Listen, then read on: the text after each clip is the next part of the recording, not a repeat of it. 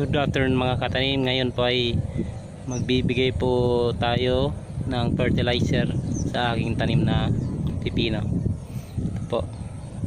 Ito po ako sumasalok ng tubig sa balon. Balon po yan, malalim. Ayan po. Ito po ang laman ng isang timba ay 16 liter po ito. Ito po ay 16 liter.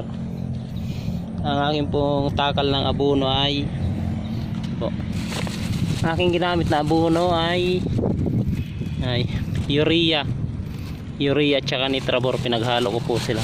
Ito po yung nitrabor, yung kulay dilaw-dilaw, nitrabor po siya. Kaya yung puti naman po ay urea. Pinaghalo ko po siya, yan, hinalo. Tapos tatakalin ko po siya ng yan po, takalan. Bali dalawa po kasi medyo magulang-gulang na po ang pipino, kaya medyo may tapang-tapang na yung paglalagay ng abono yan po. Tapos haluin natin, haluin po yan, yan po, haluin.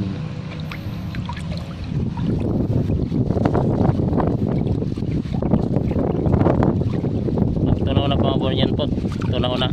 Ang bilis naman po matunaw ang urea po tsaka nitrabor. Yan po, tunaw na po siya. Atin na po siya ididilig sa pipino. Yan po, didilig na po natin ang tubig na may kasamang fertilizer sa pipino. Isang takal lang po nito, isang takal lang bawat puno. Ang takal po bawat puno. So,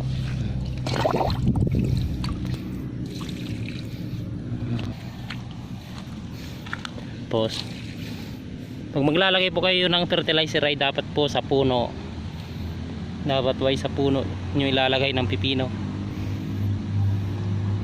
para direkta po sa ugat. Yan po.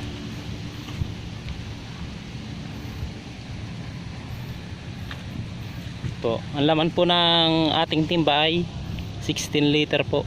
16 liter po na tubig.